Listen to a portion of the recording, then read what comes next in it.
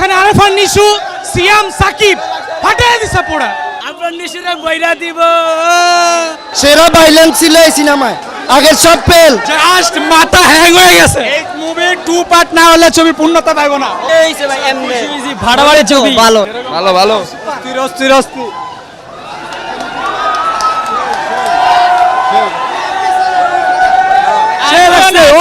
Super super Rafi ভাই awesome awesome just মাথা hang হয়ে গেছে। এই মুভি 2 পার্ট না হলে ছবি পূর্ণতা পাইবো না।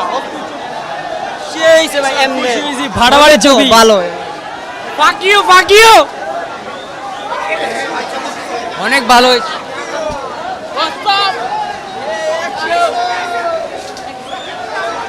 সাকিব খান ভালো হয়েছে। অভিনয়ের জন্য সাকিব খান সেরা, বাংলাদেশের সেরা সিনেমা, সেরা ভাইলেন্স ছিল এই সিনেমায়, আগের সব ফেল। হ্যাঁ সাবিনা নূর অস্থির ভালো অভিনয় করছে। অসাধারণ 10 10 দেওয়া যায়। অনেক সুন্দর ছবিটা ছিল, মাইন্ড ব্লোয়িং বলার মতো। অসাধারণ ছবি, এত সুন্দর একটা ছবি। এখানে আরেফান নিশু, সিয়াম, সাকিব ফাটাই দিছে পুরা। সুন্দর গল্পের একটা ছবি। পার্ট 2 আসবে, পার্ট 2 আসবে।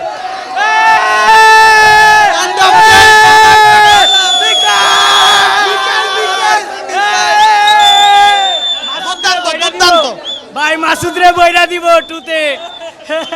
আরেফান নিশুরে বইরা দিব।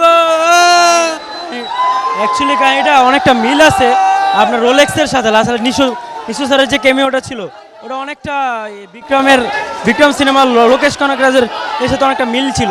তো ভালো লাগছে ইউনিভার্স এটা যাই বলুক, সিনেমাটিক ইউনিভার্স হইতেছে একটা বাংলাদেশে, এটা ভালো লাগতেছে। লাস্টের নিশুর ক্যামিওটা অনেক ভালো লাগছে আসলে। আর পুরো সিনেমাটা ছিল রায়ান রাফির ওয়ার্ক ওয়াজ বেস্ট। অস্থির ছিল, অস্থির। শ্যামের অভিনয় ছিল, ইস্যুর অভিনয়, আর সাকিবের তো জবাবই নাই।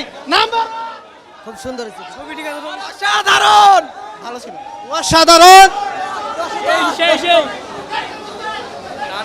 টান্ডব 2 জোস জোস। মুভি সেই ছিল, একমাত্র শাকিব খানের জন্যই সিনেমাটা চলবে। তাছাড়া আর আমি একটা জিনিস বললাম না, এখানে নিশুকে রাখাটা কোনো আমার মনে হয় না যে পসিবল হবে।